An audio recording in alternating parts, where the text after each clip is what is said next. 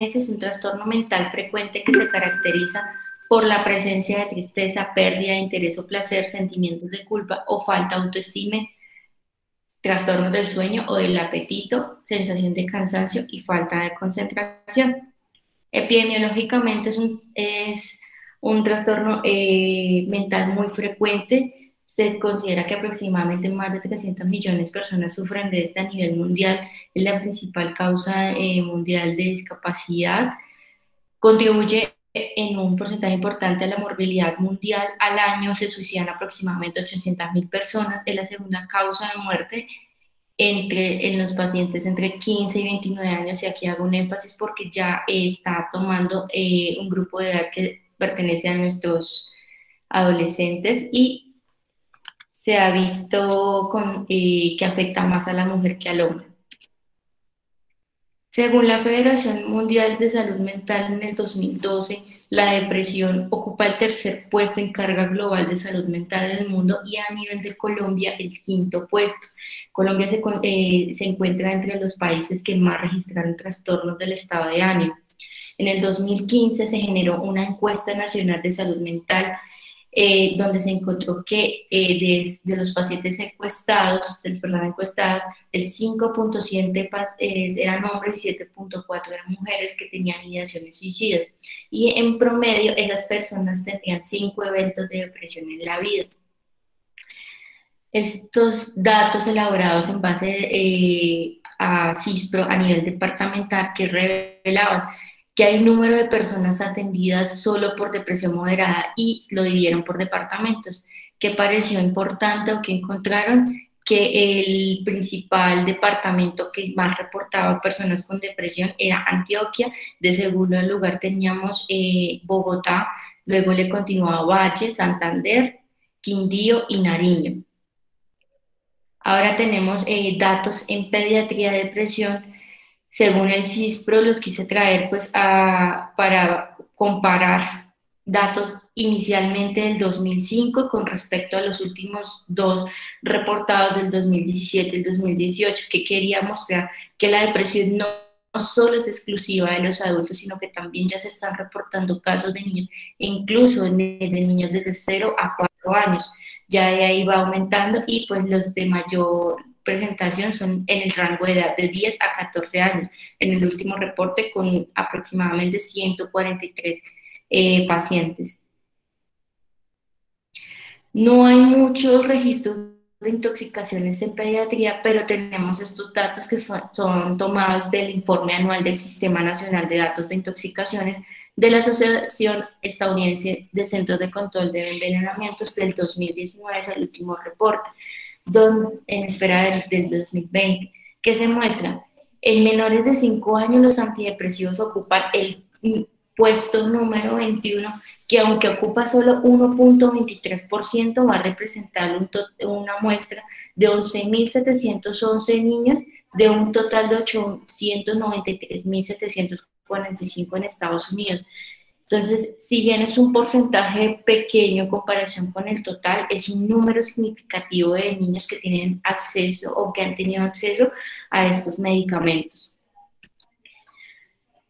Ya para el rango de edad de entre 13 y 19 años que se encontró, se notificaron 73 muertes de una contribución relativa a la fatalidad, de las cuales 63 fueron intencionales. Ya cambia nuestra estadística, ya empiezan las intenciones suicidas, de los cuales los antidepresivos ocupan el tercer puesto,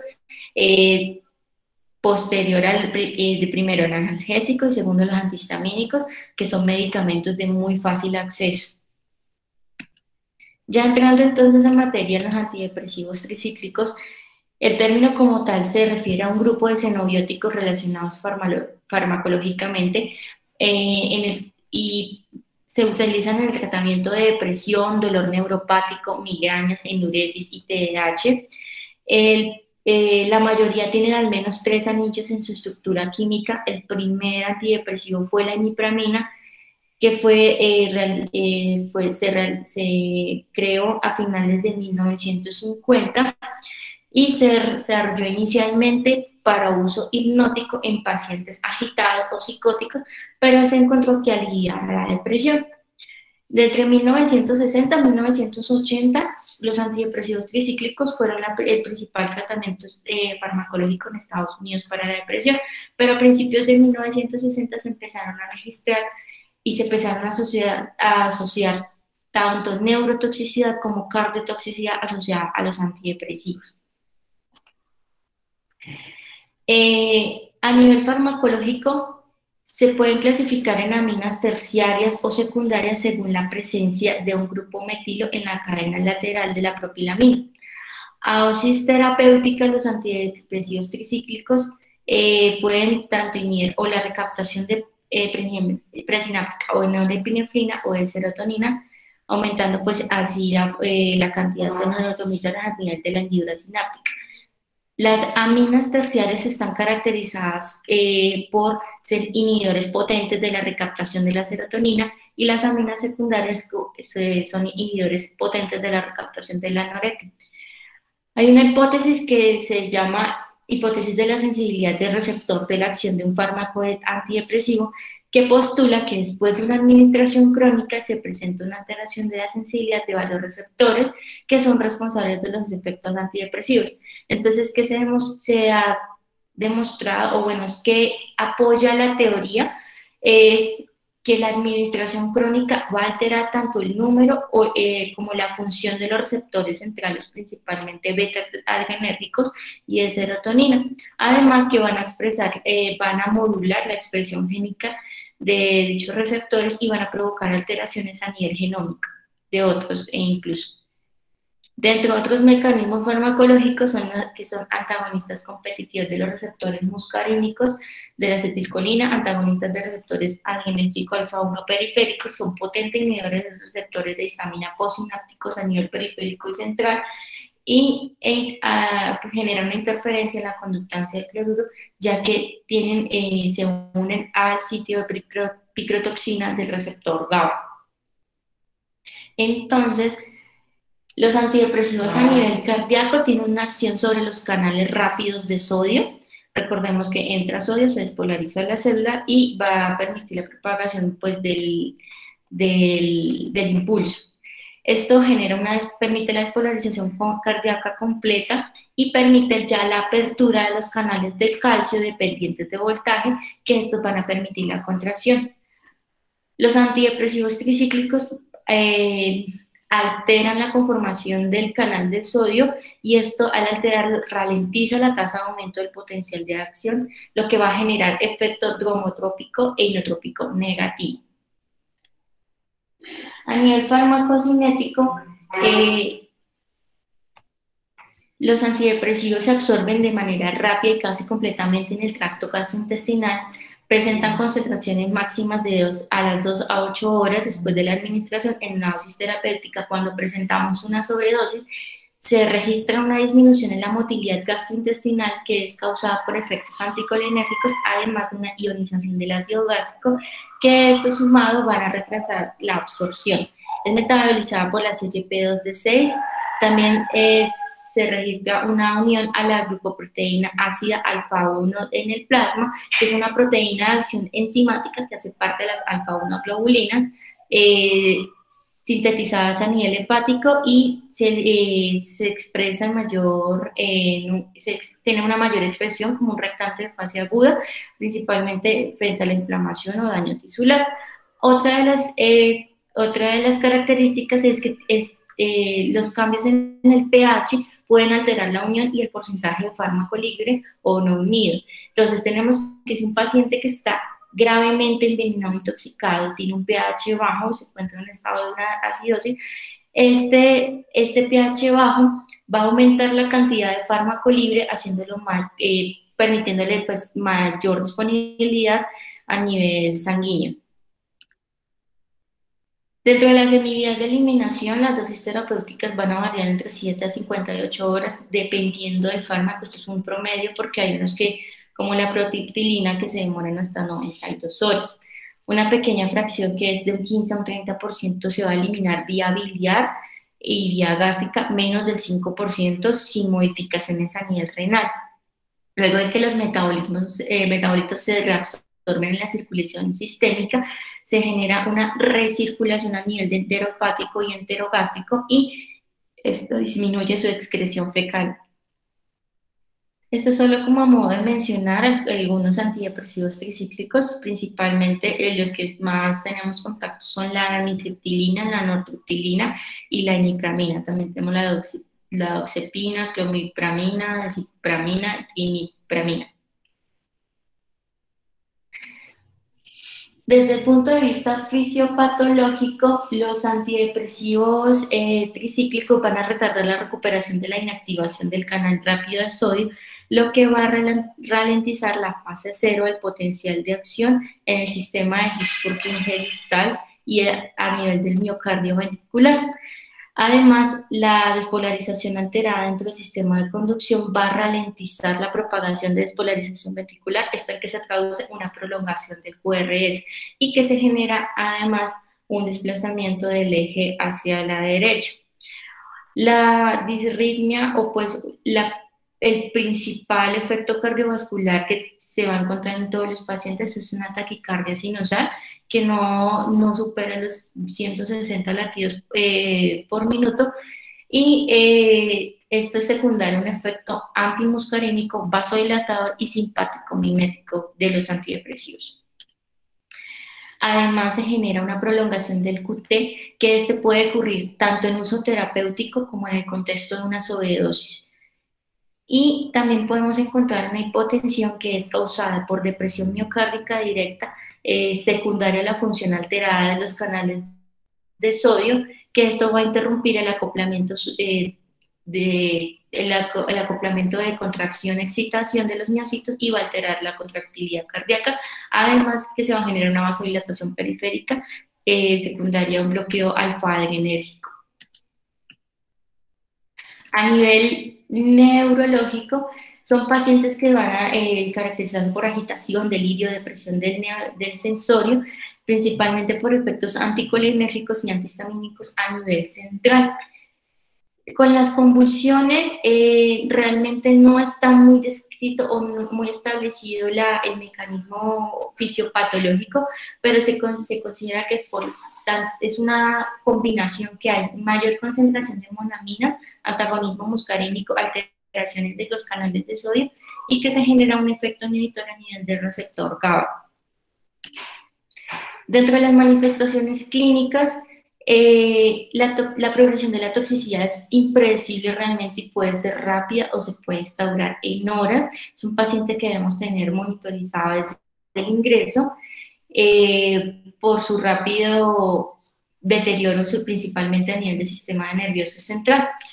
Se tiene que aproximadamente en un promedio es una dosis terapéutica entre 2 a 4 miligramos kilo y una dosis establecida es de 10 a 20 miligramos kilo para considerar toxicidad.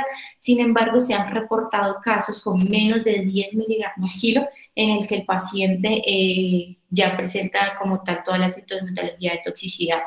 Y en los niños ya la clínica la empiezan a ver desde 5 miligramos kilo.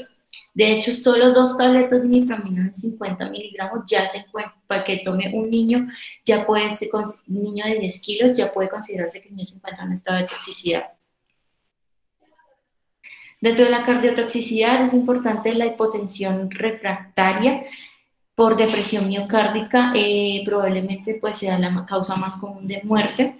La arritmia más común es la taquicardia sinusal, que es considerada la principal y es la que se encuentra en todos los pacientes.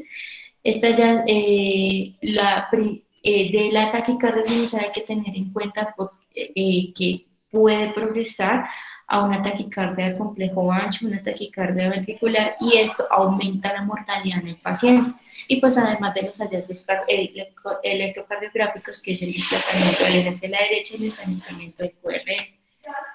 Dentro de la neurotoxicidad va a haber un estado mental alterado, puede haber delirio, agitación, alteraciones del comportamiento compatibles con psicosis, alucinaciones, es más resultado por antagonismo de receptores muscarínicos y histaminérgicos. El paciente puede encontrarse en un grado de letargo e incluso el coma.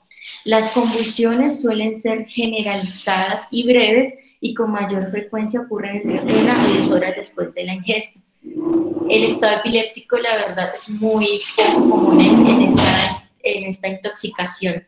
Y hay algo que describen también, que es cuando hay un cese brusco de antidepresivos y cíclicos, cuando son usos crónicos, puede generar síntomas gastrointestinales, trastornos del sueño, manías o trastornos del movimiento. Otros efectos clínicos que pueden ocurrir tanto al principio o al final del curso de la toxicidad es efecto anticolinérgico, que es que haya midriasis, que haya poco reactividad a la luz, una boca seca, e incluso se han descrito hasta hilio. En estos pacientes se han descrito SRA, neumonitis por aspiración, falla multiorgánica e incluso isquemia intestinal, pseudosucción y pancreatitis. Dentro del diagnóstico, como todo paciente que llegue a urgencias, debemos tener una muy buena historia clínica, unos muy buenos antecedentes. Si es un paciente pequeño, que familiar en la casa esté utilizando antidepresivos, pues para considerar una ingesta accidental. Ya más grande, si tenía sintomatología o antecedentes de depresión, pensando en un intento de suicidio o una intoxicación intencional. Entonces debemos solicitar no solamente un EKG de 12 derivaciones con las concentraciones séricas de los antidepresivos, sino una utilidad limitada, principalmente porque no está establecida una dosis estándar para considerarlo en intoxicación. Se pueden solicitar, sí, de hecho se considera que mayor a 1000 nanogramos por mililitro se considera una toxicidad significativa, pero se han encontrado pacientes con arritmias, convulsiones e incluso en estados comatosos menores a esta dosis, y pueden generarse falsos positivos principalmente por carbamazepina, quetiapina y ciprofloxacina. Otros laboratorios que nos pueden ayudar son la glicemia central, electrolitos, la CPK, función renal y hepática y los gases. Dentro del tratamiento, todo paciente con sospecha de intoxicación se debe ingresar a reanimación, principalmente por su depresión, tanto del sensorio como su deterioro hemodinámico. Entonces debemos aplicar nuestro famoso CAB-MIO. Debemos ser un paciente monitorizado, tenerlo al menos un acceso mínimo, o tenerlo dos inicialmente, y tener en cuenta la oxigenación. Si es un paciente que está presentando un deterioro sensorial importante, se debe asegurar vía aérea y nuestro EKG. Dentro de la descontaminación gastrointestinal, la inducción del vómito está totalmente contraindicada dado el potencial de deterioro neurológico hemodinámico precipitado. Con respecto al lavado gástrico, se puede considerar en el paciente sintomático con sobredosis. Realmente no hay no hay ensayos controlados que respaldan el lavado, pero si los beneficios superan a los riesgos del procedimiento, se podría realizar. Debido pues también al lavado gástrico se debe realizar siempre post-intubación, después de asegurar vía aérea, y en niños pequeños con ingesta involuntaria puede estar asociado a un mayor riesgo impracticabilidad como no es muy frecuente esta patología, esta patología en urgencias, muchas veces no se practica pues el lavado, no se conoce como el tamaño de sonda que se vaya a utilizar, y realmente los niños pequeños no tienden a hacer una sobredosis importante por la cantidad de tabletas que se van a tomar. Casi todos los casos el carbón activado sí está recomendado independientemente de la edad, y se ha demostrado que una dosis adicional varias horas después es razonable en un paciente gravemente intoxicado. Siempre se debe vigilar el desarrollo de hilio dentro de la parte gastrointestinal. Dentro de las arritmias de complejo ancho, retraso de conducción e hipotensión, la terapia principal para tratar las arritmias de este complejo es la alcalinización sérica y la carga de sodio. En estos pacientes se recomienda iniciar una infusión de bicarbonato de sodio, pero pues, hemos leído que recomiendan también los bolos de 1 a 2 mil equivalentes kilos, y estos bolos se recomienda cuando tenemos un QRS ancho y la hipotensión, y que se deben administrar vigilándolos y que hasta que se detienen las bolas, hasta que el QRS ya esté estrecho y haya mejoría de la potencia, siempre cuidando el pH del paciente, que no debe pasar entre 7,5 y 7,55. Hay que tener mucho cuidado cuando nos encontramos en la terapia de alcalinización, porque podemos enfrentarnos a una hipocalemia que va a prolongar el QT, y recordemos que estos pacientes ya tienen un QT prolongado. Con la solución salina hipertónica hay solo estudios en animales, realmente no está establecido para los humanos, pero se debe tener cuidados con la acidosis metabólica hiperclorémica. Sin embargo, se recomienda en caso de no tener disponibilidad de bicarbonato de sodio. La hiperventilación es un método de alcalinización más rápido y fácil de valorar, pero no es tan eficaz como el bicarbonato de sodio. Pero si tenemos un paciente que tiene asegurada vía aérea, podemos ayudarle con la hiperventilación. Con respecto a los antiarrítmicos, no están recomendados a todos los pacientes, pero sí a aquellos que no mejoren con la terapia de alcalinización. El antiarrítmico recomendado es la lidocaína, tiene una recomendación grado 3, aunque hay personas o hay estudiosos que no lo recomiendan, dado que tiene propiedades bloqueantes a nivel de los canales de sodio. Con respecto al sulfato de magnesio, se lo recomiendan en torsión de puntas, ya una FB refractaria, y que se ha visto dentro de estudios principalmente, pues de estos pacientes que presentan estas alteraciones EKG, que asociado a la terapia de alcalinización hay una menor incidencia de muertes y una menor estadía en la UCI. Lo que son los antiarrítmicos de clase 1A, 1C, están totalmente contraindicados, ya que su acción farmacológica es similar a los antidepresivos y puede exacerbar la cardiotoxicidad. Con respecto a los clase 3, prolongan el QT, y aunque pues no tiene estudios en humanos, está contraindicado por su efecto. Otros de los no recomendados son los betabloqueadores, los calcioantagonistas y el fumacenil. Dentro del manejo de la hipotensión, recomiendan como cristales principalmente la solución salina, ya cuando no tiene respuesta al manejo de líquidos, se puede iniciar un vasopresor y tiene mucha más evidencia y tiene mucho mejor resolución clínica la norepi que la dopamina. Ya cuando tenemos un paciente que no responde al vasopresor, se recomienda el ECMO.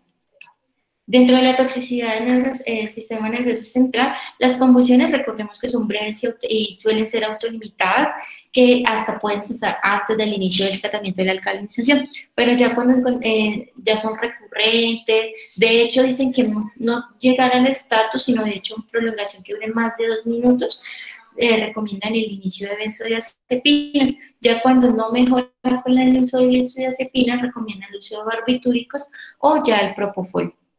Muchas gracias.